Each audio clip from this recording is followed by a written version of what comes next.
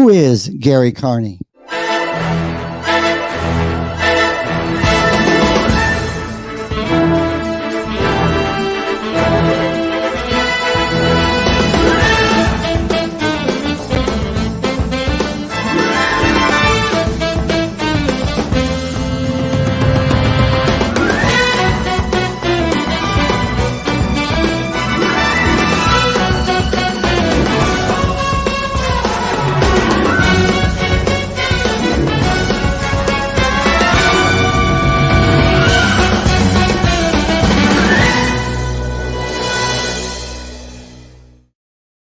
Welcome to another episode of You Can't Make This Shit Up. I am your host, Joel Hoxley, David Washington, and our special guest, Gary Carney, who will let, Gary, would you introduce yourself so people understand why you're on our show today? Sure, thanks. My name is Gary Carney. I'm a candidate for Seminole County Board of County Commissioners in District 5. And I'm here to talk to you about that. And Okay, well, what do you do for a living since you want this hard-ass, part-time job there, you know? That's a great question. Currently, since COVID began in 2012, I've been semi-retired. That's a long story I'll get into in a minute, but I have a family business my adult children run, and I'm semi-retired. I built a wood-fired pizza company. We do mobile food and concessions across the state of Florida and actually Southeast United States. So we do music festivals, art shows, conventions. We do the Mika Auto Auction. We do all of the amphitheaters along the East Coast. And we have a little restaurant in Mount Dora. And I say we, like I said, I'm stepped back from it. My kids run the business. In the beginning of COVID, 2012, I had my first stroke. In the beginning of COVID, my kidneys failed. And I went into the hospital with, and I began dialysis in a 3.5-year fight against kidney disease. And I received a new kidney in October, and I've had 6 months to recover. And I filed right before, actually, I was about to file for State House. I've always wanted to be in public service. And, you know, when I knew that when I had my new kidney, I'd have a new life and it's time to do something. I could go start a new business. I could go back to work with my kids again, or I could go try to do something. But I have 10 years before I can retire. And I decided public service is what I want to do. So I had originally decided that I was going to file for State House back in September. And October 5th, right before I filed, I got the call for the transplant. Okay. And that put me in the hospital for a couple of months. And then the recovery, by the time I came out of the recovery, there was already a candidate filed, and I didn't want a primary. And the more I thought about the position of State House, and I thought about my health and my experience, I realized it wasn't the right position for me in the first place. So at the recommendation of a couple of people, suggested I take a look at the county commission, and I am so glad that I did. It's a role suited more for me and my personality and for my experience in life. And so I intend to run for county commissioner. I'll be the first Democrat to ever hold a seat. In fact, I'll be the first Democrat to ever hold a seat in Seminole County above the school board. There's never been one ever in the entire history of Seminole County. Yeah. I'd be the first non-Republican ever in Seminole County. And I would also be I think the only person on the commission. Well, no, I can't say that. I'd be one of the few on the commission that would do the commissioner's job as a full-time job. Okay. My opponent and several of the other people they own their businesses, they work full-time jobs. And for them, the Seminole County Board of County Commissioners is a 6-figure part-time gig. And for me, it's a full-time job, and I intend to do public service just that way. So you're a registered Democrat, correct? I'm a registered Democrat, and I've been a registered Democrat since I could vote before I turned 18. Okay. Gary, if I can call you Gary. Please. Gary, your experience as a business owner, how would that apply to being commissioner in Seminole County government? My experience as a human being. Okay. Really, as a business owner, I've owned a few businesses. I've owned a clothing store. I've owned a printing company. I've done screen printing, offset printing, embroidery, that sort of thing. Okay. I've owned several businesses. I've also worked for major corporations. I opened the first 18 Bahama Breezes with Darden Restaurants. Oh, wow. In Okay. their marketing department. When Darden opened Bahama Breeze, they wanted a retail concept, and they recruited me from my store to run their retail concept. And we ran it through 18 restaurants before they shut it down. So I also created, or as part of the team that created curated the music and the live entertainment for Bahama Breeze. So Okay. I have a vast experience. I've sailed the whole coast of the United States on one boat or another. I've been a yacht captain for many years of my life. Wow. And let's see, I've owned a historic home. I had a 4-story Victorian for a decade that I've remodeled. And my printing company was a 50-year-old printing company that I took back from nothing and brought in a whole new. So my experience in life is that of an entrepreneur. It's that of somebody who can see a big picture and get things done. I'm a change maker, and I've had a very interesting life that's included people from. I've worked from the dish room to the boardroom, and I know everybody in between. So Great. So you've taken a look at the county budget. You're also aware that the penny sales tax is going to be on the ballot. Right. If that were to lose that penny sales tax, where do you think that the commission would be able to make that money up, that or revenue. what kind of cuts do you think you'd have to make? To be honest, I'm not ready to answer that question. I don't know. Fair enough. I haven't really studied the 1 cent sales tax. I've been focused really on real estate development and the kind of things that they're doing with that, and really learning the job itself, what they're doing. The one issue right now that has really got me hot and bothered is the county commission is anxious to sell their property in downtown Sanford. They're moving their offices into the Five Points area, and they've got those beautiful property that's touches the waterfront in Sanford. They've got their commission offices now and several other buildings that they just in their last commission meeting were said out loud, let's just get it on the market. Let's get rid of that, because they want the money to open their new digs in Five Points. And I'm saying no. I am saying that is public land in the hottest city right now in terms of real estate development and growth. Yeah. And we own public land, and they're about to sell it to the next real estate developer that wants. I apologize. That's my phone happening in the room. That's okay. We've had that happen before. Yeah. So Well, what I see is that they're anxious to unload this public property in downtown Sanford so that they can move into new offices. And I think that that's irresponsible with their public land. They're all supposed to be conservatives, and my contention is they should conserve it. So a lot of the issues that come before the county commission is regarding land use issues. What is there a particular project that is that's come to your attention that you're concerned about or would like to see move forward as far as any type of land use development?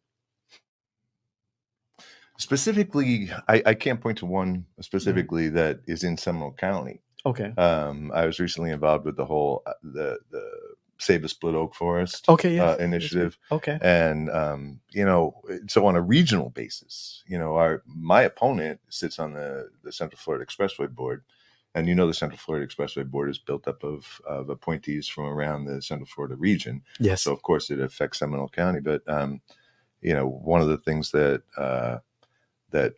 they're doing is putting this expressway extension now through the forest. There's a big fight with Osceola County and Correct. all that jazz, so that they literally can build another, basically Lake Nona out in the Deseret Ranch land.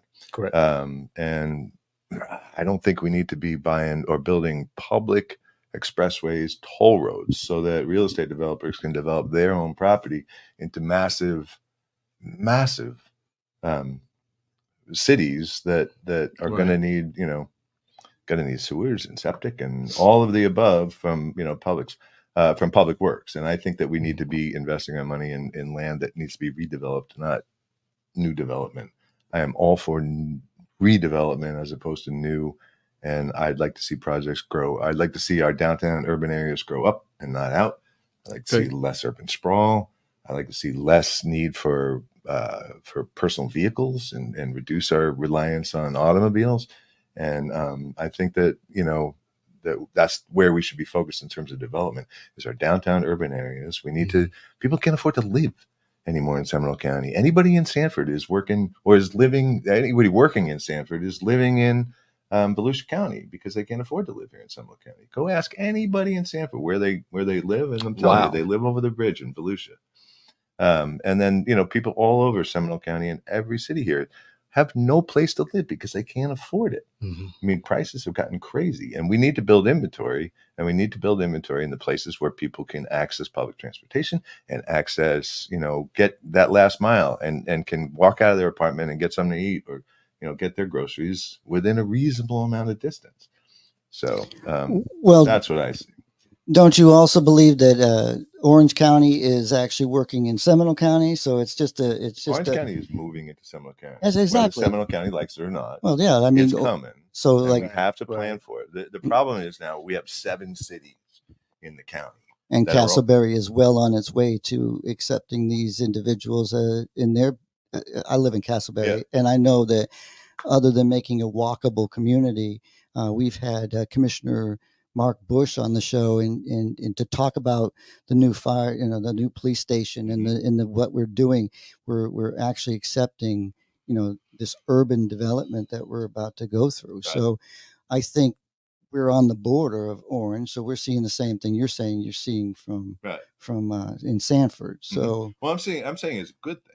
I'm saying we need to develop those downtown urban cores. I think Castleberry's done a really good job with that. And I think, drive you through here, through Baldwin Park. I mean, this is a great example of the type of development, but this is also a big development. One real estate developer did this whole project. That's correct. Well, the United States Navy did this project first.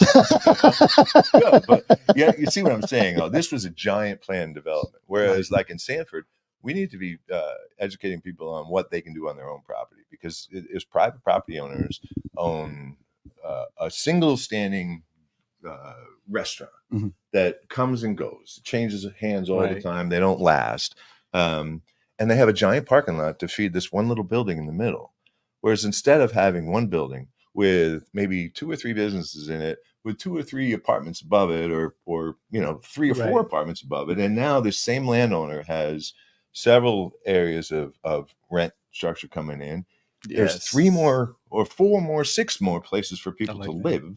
You know what I'm saying? We need to, if you look at 1792 going right down all the way through Seminole County, on both sides of Seminole County, they're all privately held businesses with gigantic parking lots. And couldn't we take a look? I mean, Frankie's Cleaners, that building right there, or the strip malls, all these strip centers, how many apartments can we fit on top of strip centers? I agree. And to see so many parking lots, like, can we have like parking garages instead? And like you said earlier, build up. I love the idea of having, retail at the bottom and then, residential above. And I grew up in Chicago, so I saw a lot of that. Exactly. And here in Baldwin Park, that's exactly have some of that. Right. Too. But they're all triplexes. They're all privately held triplexes or quads or duplexes that one person can own, or one person can own the apartment. Right. So people have ownership. What we have now is either single family homes or apartment buildings. So you either own a single family home, which you can't get into for less than $420,000. That's true. Yes. Anywhere. Or you can live in an apartment that is built like crap. For starters, 90% of them are terrible the way they're built. You got your neighbors, and you have no idea who's coming, who's going, who's moving in next week, or who's not. So and the kids that grew up in these apartments, what do? They have maybe a parking lot and hopefully a playground to grow. And so how much of I didn't mean to interrupt, but how much of 1792 actually is county?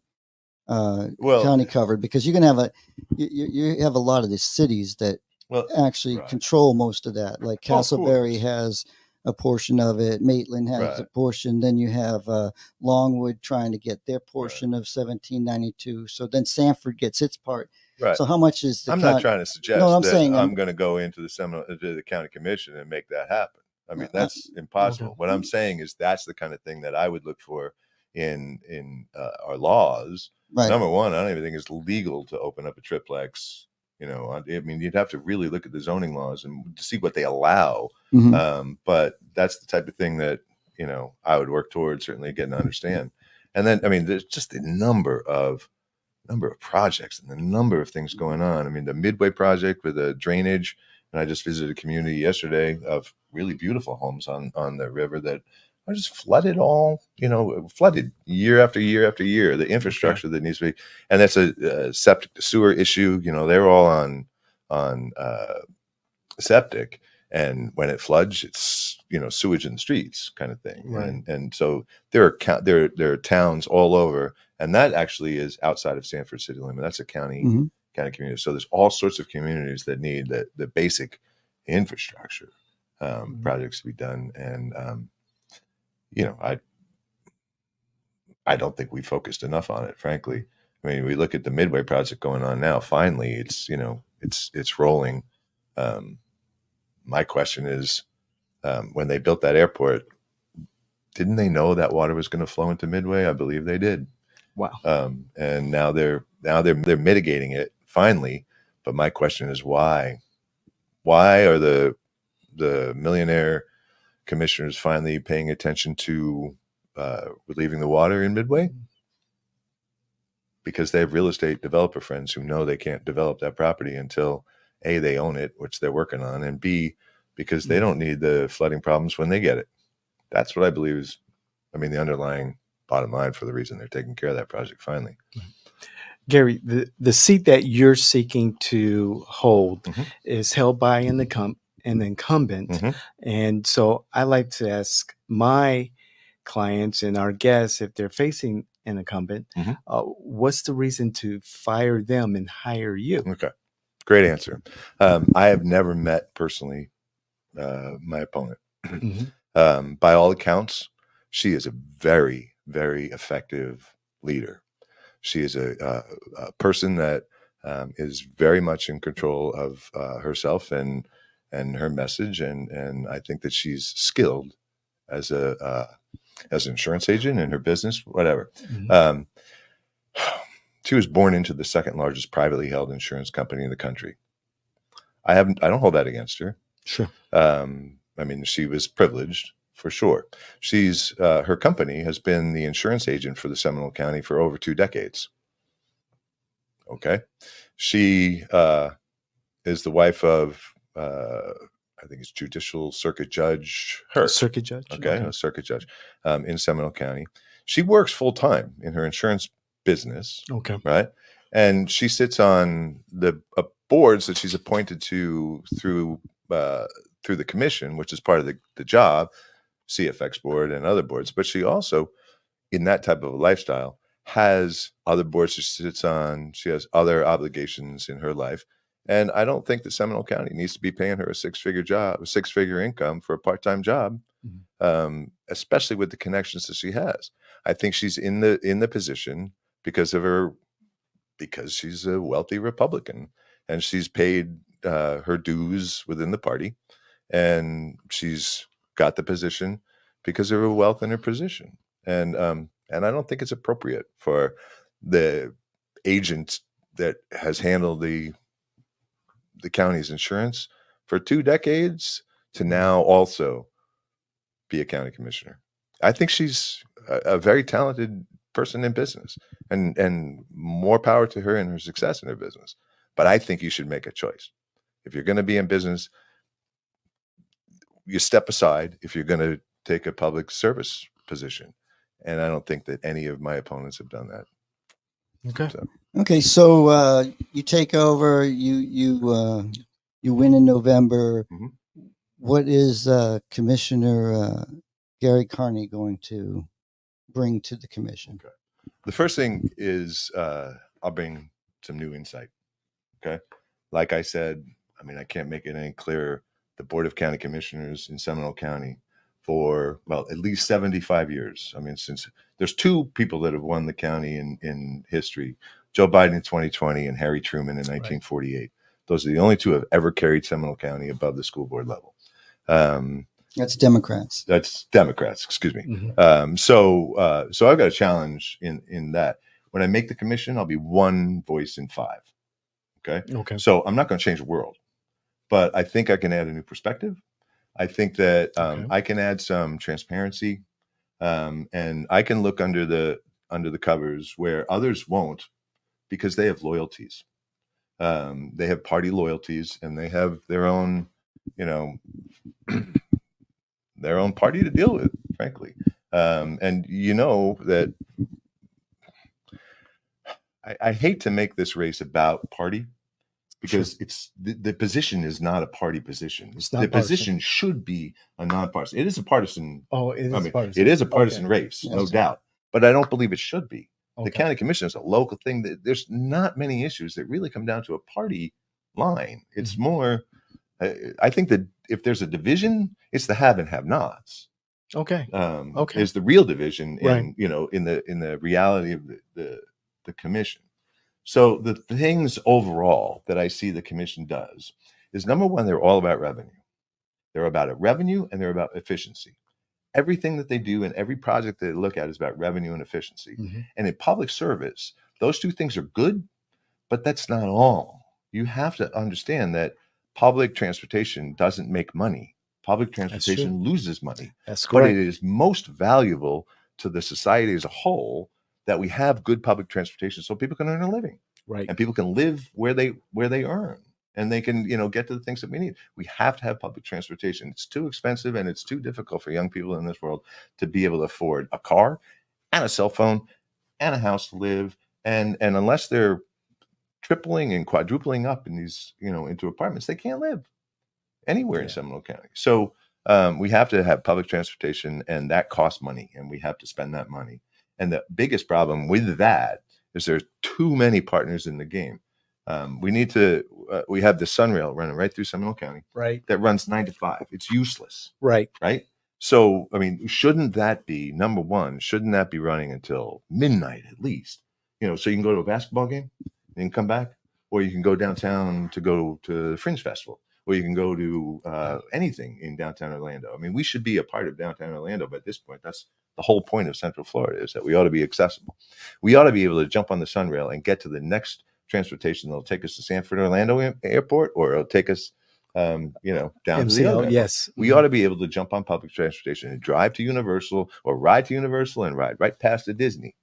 But none of these people will allow it to happen, because Disney doesn't want Universal to be the first stop, and Universal doesn't want that stop to go all the way to Disney. And the airport, the Sanford Airport, doesn't want the big airport to have the same transportation. You understand what I'm saying? So this is a regional thing that we have to deal with. So what I can tell you is that they line up.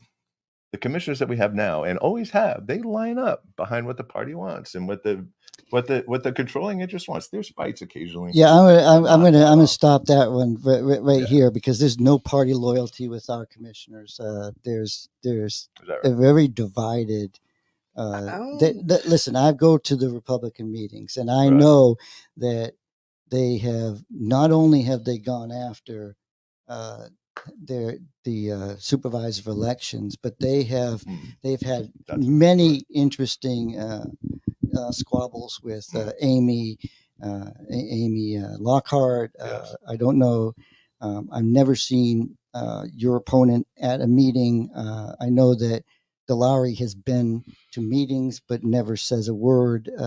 But as far as their involvement with the party, that you're aware of. I'm saying, as far as their involvement with the party locally is different. No, there's no loyalty there. So I don't think. I think locally the party is very different than the larger scale. And then I don't see, and I'm just saying my view. I don't see Lee Constantine as being anything but a moderate as far as his environmental causes and the way he's grown into his position. But he's been in politics his entire life. He's a consummate politician. I think he's skilled. No, I'm not trying to, but I'm just saying, like, the party line, I haven't seen. No, okay. I haven't seen a consistency with party politics, but you might see something different. I'm a huge conservative, and I watch the commission, I watch the cities, I think that, Seminole has too many cities compared to, other counties the same size. I mean, our density is there, but yeah. But it's not about me. I just wanted to say, because I like the party thing. I don't see it as much as you do, but you would be a brand new voice. And that's why I wanted to ask that question, because I was really interested what perspective you bring. Yeah. The other, as I look at it, and I'm still learning the game. Sure. Until you get in the game, you really don't know, what's being played. But so I'm still learning the game, and I've had a lot of conversations with people inside. And I was 15 years in Lake County, and so I know a lot of people there. And if you know Seminole County politics and Seminole County infrastructure, you know that Lake County is like the training ground for Seminole County growth. Wow. Yeah. Listen, I don't know how you lived in Lake County and be a Democrat. Well, yeah, I was one of the few. I'll tell you what, I ran men's ministries in Lake County for years. And I was fighting against George Bush, and all my friends were George Bush thought I was crazy. After the first term of Obama, I had a couple of friends come up, yeah, I voted for Obama. But wouldn't tell me, couldn't say it out public. But so yeah, I've been the lone Democrat in the room for a long time, and I have no issue with that at all. Gary, to speak to that, Democrat to Democrat. Yeah. Okay. All right. Let's get ready. So, as you stated earlier, President Biden was able to carry Seminole County. Yep. There has been no other Democrat above school board to do so. Right. How do the Democrats become relevant again? Oh, that's rough. Well, let me tell you this. The Democrats, I think, are poised to win.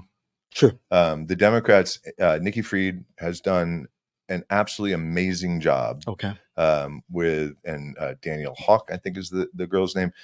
They have done a better job than they ever have of organizing Florida's candidates, giving candidates the tools that they need to win, and encouraging them. Now, I'll say that, and I really think that the Democrats are on fire as far as their organization goes. Okay. Okay. From a state level. Okay. All right. And I really appreciate the work that they're doing. What I don't like that they have done, I think the Democratic Party has made some serious mistakes. Number one, they didn't hold a presidential primary. I think that was the dumbest thing that they could have done. That's correct. And they did it. And I've made that clear. And I've been slapped for saying so out loud. Well, but David said it too. It's the truth. They should have held a primary. Right. And the Democratic Party, I don't know how to say this. They run to Democrats. They are campaigning. If you go within the Democratic Party and you want to run a campaign, they are running to Democrats. That's right. And as long as they run to Democrats, they will continue to lose. That's correct. For 75 or they've run against, or they've run as a party, and they need to get. This is not about party. They have to get over the idea. It's like if you want to get people to come to your church, you don't lead with Jesus. You lead with come hear our music, come meet new people, yeah, network, whatever, exactly.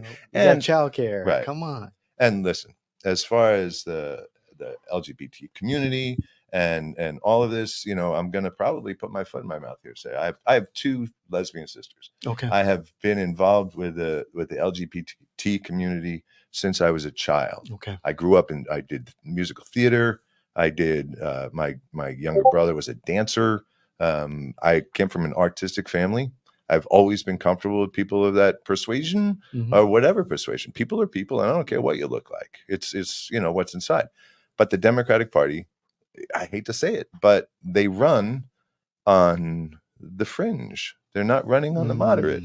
They run they're leading with Jesus.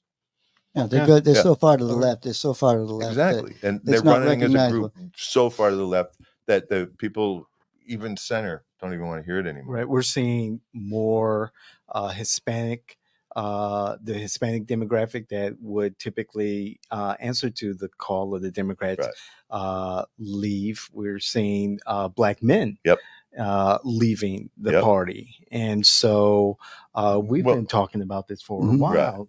that there's a growing non-party affiliate demographic here in Florida, and the Democrats are not speaking their language. And it was the NPAs and the recent special election in House District 35 that saved the Democrats' ass. Right. Well, they're very proud of that. They think that it was all them. The Democrats did it. Well, they did. No. They did it all. And then the numbers clearly say that the Democrats did not do it. Out. And they know it. They have the data people there. They know it. They know it's 35 Republican, 33% Democrat, and the independents are growing, and the independents are younger. That's right. Younger. The Republicans are getting older. Democrats like this. Right. It's if you're not campaigning to the independents and Republicans, exactly, that's who I'm going after. That's and we're reproducing and you're not. So well, that's true. But again, it shouldn't be about party. But people make it about party. People vote down ballot. And I said to the Democratic Party, actually, no, I didn't say it. I said in a post online that I would run as an independent if I thought it was possible. I don't think it's possible. Not the first time I've heard that. Yes. Yeah, I don't think it's possible today. And in truth, I am a Democrat because you have to choose a side if you want to participate. And True. I am personally for open primaries. I am personally for ranked choice voting. Okay. I am personally. I would fight for both of those things, and I would love to see the both parties split and become 4 parties or 6 parties. I think that we would be better served in democracy if we eliminated the 2-party system or broke it down a little bit so it isn't as powerful as it is. Look, I am a Democrat. I was a Jimmy Carter Democrat. First book I ever read was about Jimmy Carter, and I became a Democrat then. I was a Kennedy Democrat.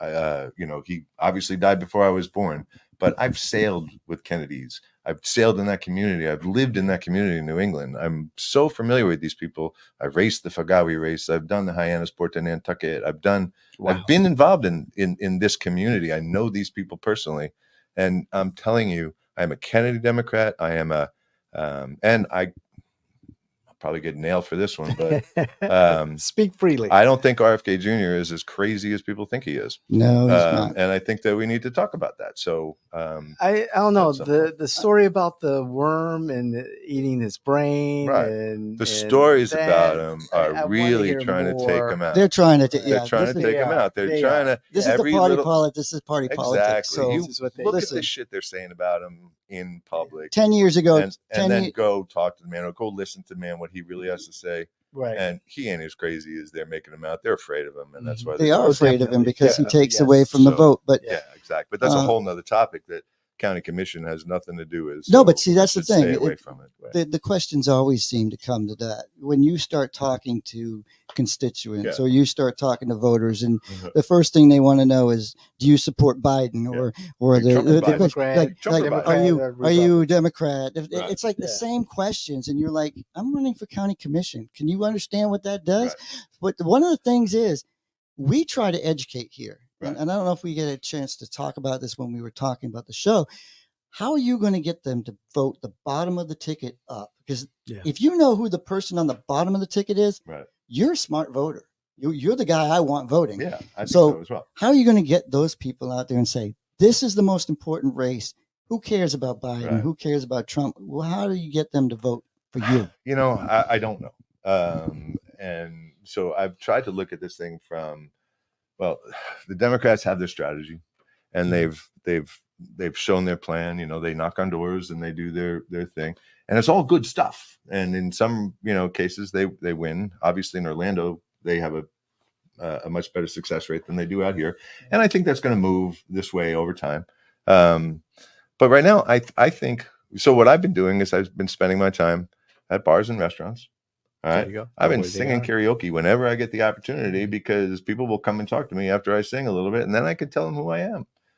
I'm just out there trying to meet people. I'm going to every commission meeting I can go to, every organization, every group. I'm just trying to shake hands with as many Republicans and people that don't pay attention to politics. What I've tried to do is never wear a name tag. I'm not walking around with my sign. I'm not trying to campaign loudly so people get used to my name yet. I will when the time has come. But right now, I really feel like getting to know people who care, people who are connected and understand what's really happening, regardless of the party, especially the Republicans who are frustrated with the shit that's going on. Because again, this is not a party thing in the county. There are just as many Republicans and independents that are annoyed about that can't afford to live, that can't afford the things that they need, that are unhappy with things or have issues. And I think I just need to continue to meet people and speak to them about the things that affect them and forget the whole party noise. Well, you definitely intrigued me because I'm total opposite. I'm a Ronald Reagan Republican. I became a Republican at 12 years old. I followed Ronald Reagan. Couldn't stand the gas lines. Couldn't stand the inflation. Couldn't stand the hostage situation. Thought that Carter was absolutely the wonderful guy, but absolutely I just couldn't understand how he allowed the everything to get away from him. A best former president in history. He's the only person I know who could go in hospice and have his wife die before him. He's going to live forever, I think. But yeah, I'm intrigued with where you come from, and we hope you have the success that you're looking for. But how do people get involved? That's the thing that we really want you to be able to say here on this show, which I appreciate. And so I do have my campaign website coming out. I had some issues. I will have all my signs and all that jazz. But I guess what I would need people to do, and I think the effective strategy here is people need to if they want to participate with me, help me get me elected, get me to change the commission, then I'm going to ask for people's participation at commission meetings. Okay. I'm going to call people. One of the ministries that I used to do in Lake County is I would get a bunch of men together. We called it Men in Hairnets, and we go cook at the homeless shelter. All right. Okay. I'm going to invite people to come cook with me, and go. You want to meet the candidate? Come cook with me at the rescue mission. I'm going to try to get involved where I can. I'm involved with the Donate for Life organization. I'm going to try to be involved with as much that as I can. I'm a kidney recipient. I'm going to live my life in gratitude and do what I can to make sure that people also share their kidneys and their tissue when they can, and understand how easy it is to save lives. So I'm just going to continue to be me, involve myself as much as I can in the community, and let the chips fall where they may. Okay. If you're not a marrow donor, if you're not a person that has put that little mark on there as an organ donor, I mean, these are things that I know that 90% of people will raise their hand if you say, "Will you be an organ donor?" 90% of the people will raise their hand. Only 50% of the people actually click the little box. Yeah, and most people don't know it's even there. Most people don't know it's there. When you get your driver's license, hey, if you're a veteran, it doesn't cost you anything extra to get a veteran on your thing. It's nothing extra to cost to you to be an organ donor. Look at the details. It's not just about registering at the DMV. Exactly. It's about being a service-oriented person. I appreciate you bringing that up. It's about knowing that when you pass, you have the potential to give 2 people eyesight. You have the potential to give 2 people a new kidney and a new life. You have the potential to give somebody a heart, a liver, skin. Mm-hmm. I mean, just skin tissue is so. And the most interesting thing that I found after the transplant is it's the donor families. It's the people who lost a son 20 years ago, 30 years ago, that still bring to the table 50 family members that remember the son and donate to the cause and are there. It's the donor families that are the real driving force behind the love that shows up when transplant recipients and donors are there. The donors are the ones showing the love. They're amazing. So, no, it's get to introduce you to a candidate, get to introduce you to, being involved. It's all good stuff. Yeah. David, I don't think he's given you anything other than the fact he knows how to sing. So I don't know what kind of gotcha. I got something else. I got a gotcha question coming up. All right, gotcha. So let's go. You mentioned earlier about the businesses that you've had in the past. Right. But what stood out was pizza. Yeah. And you had a restaurant that I do. I have a wood-fired pizza restaurant. Okay. Right. Okay. That's when I say I started the company. I opened the restaurant with my kids, but my 3 adult children own the restaurant. They own the company. I've really retired from it, so I have no controlling say, or I have no involvement in the business anymore. But it was, I founded it and ran it for 12 years, and they've taken it over and run with it. So, so I have a wood-fired pizza restaurant, and I have what they have now 4 or 5 mobile ovens that they go out and they do. They also have a chicken concept and other concepts that they do. So when we do mobile food at a festival, we'll do, 40, 50 feet of different foods and that sort of thing. So Gary, I'm from Chicago. Okay. And Chicago's known for its deep dish pizza. Yeah. So wood-fired pizza, I guess, would be a style of sorts. Yes. However, is there a Chicago style wood fire or New York style? All right. So we're gonna get into the pizza talk. Yes, we're gonna have that talk. So, all right. So I love pizza of all varieties. Okay. I am an equal opportunity pizza lover. I will get a frozen pizza and enjoy it just as much as I enjoy a gourmet pizza out of a wood-fired oven. Okay. And I really appreciate a Chicago deep dish style pizza. All right. I do not consider them the same things. All right. I mean, sure. You call pizza pizza. I call it, what. And everybody, no matter where they're from in the country. I call it a cheese pie. That's what when I had it up there, I was like, my God, there's so much cheese on it. It's a pie in itself. What it boils down to is everybody has their opinion on pizza, and everybody knows they're right. And they come to you and they'll say, you make your own dough? And, and you use New York water? Do you use New York water? No, I don't use New York water. And that's bullshit anyway. Yes. Yeah, pardon my French. Listen, I'm not using anything. I'm from Massachusetts. I'm not using anything from New York. Right. In Massachusetts, and they put the semolina underneath the dough, and you get those crunchy bits. Cappuccinos. You can't get it anywhere in Massachusetts. No, I'm a Pepe's from New Haven fan, and so what I did was Neapolitan style, but I didn't do true Neapolitan style. If you do true Neapolitan style, it's thin. It's this. I did what I thought was a great pizza, and it's got a thick crust and a thin, crispy center, and it cooks in 90 seconds, and they crank them out, and people can make them how they want, and and we crank out some really good product. So the question. I was the pioneer in the industry in the Central Florida area. There was actually 2 other mobile ovens, mom and pops, that were in Central Florida when I brought my first mobile oven to Central Florida. Okay. I started out at the Gasparilla Music Festival in Tampa was my first event, and I did the Orlando Fringe Festival, was one of my second biggest events, and I built the business from there. And before, it was 3 or 4 years before I started seeing other ovens popping up around Florida, and then all of a sudden the food trucks. And I'm telling you, half the people in the business learned the business from me. Wow. Well, here's the question. Just like Republicans and Democrats, this question has to be asked. Pineapple on pizza. Perfectly okay. Okay, well, all you people that don't like pineapple, you've heard it here.